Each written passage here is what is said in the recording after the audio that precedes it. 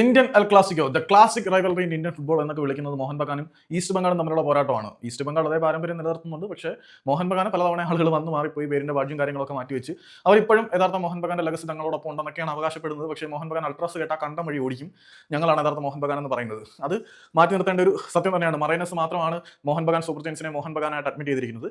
അപ്പം ഈ ടീമിന്റെ മൊളീനയുടെ കീഴിൽ അത്ര നല്ലതായിട്ടല്ല ടീം പൊക്കൊണ്ടിരിക്കുന്നത് എന്നുള്ളത് സത്യം. നേരെ മറിച്ച് ഈസ്റ്റ് ബംഗാൾ അവരുടെ പരിശീലനമായിട്ടുള്ള കോൾ സ്കോഡറേറ്റിനെ പുറത്താക്കി. അപ്പം ഈ ക്ലാസിക് റൈവലറിക്ക് മുന്നേ, കൊൽക്കത്ത ഡർബിക്ക് മുന്നേ തന്നെ പുതിയ വിദേശ പരിശീലകന്റെ കയ്യിലേക്ക് ഈസ്റ്റ് ബംഗാളിനെ കൈപിടിച്ച് കൊടുക്കണം എന്നാണ് ഈസ്റ്റ് ബംഗാൾ അധികൃതർ തീരുമാനിച്ചിരിക്കുന്നത്. അതിനുവേണ്ടി മോഹൻ ബഗാൻ സൂപ്പർ ജയൻസിന്റെ ഏറ്റവും സക്സസ്ഫുൾ കോച്ചായിട്ടുള്ള അന്റോണിയോ ലോപ്പസ് ഹബാസിന് പരിശീലകന്റെ ആംബാൻഡ് കൈമാറാൻ വേണ്ടി, പരിശീലകന്റെ ബാറ്റും കൈമാറാൻ വേണ്ടി അവർ തകൃതിയായിട്ടുള്ള നീക്കങ്ങൾ നടത്തുന്നുണ്ട്. വളരെ ശക്തമായിട്ടുള്ള പ്രഷർ അവർ ഹബാസിനെ കൊണ്ടുവരാൻ ചെലുത്തുന്നുണ്ട്. പക്ഷേ ഇനിയിപ്പോൾ മോഹൻ ബഗാൻ സൂപ്പർ ജയൻസ് വിചാരിച്ചാൽ പോലും അന്റോണിയോ ലോപ്പസ് ഹബാസിനെ തിരികെ കിട്ടാൻ പോകുന്നില്ല. കാരണം ഇന്റർകാശി ഒരു കാരണവശാലും അന്റോണിയോ ലോപ്പസ് ഹബാസിനെ വിട്ടുകൊടുക്കില്ല എന്നുള്ള തീരുമാനത്തിലാണ്.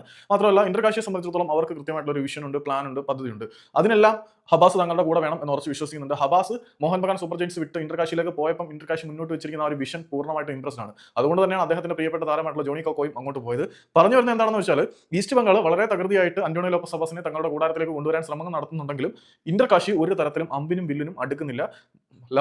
ലോപ്പസ് ഹബാസിനെ വിട്ടുകൊടുക്കില്ല എന്ന നിലപാടിൽ തന്നെയാണ് ഇന്റർകാശി നിൽക്കുന്നത്.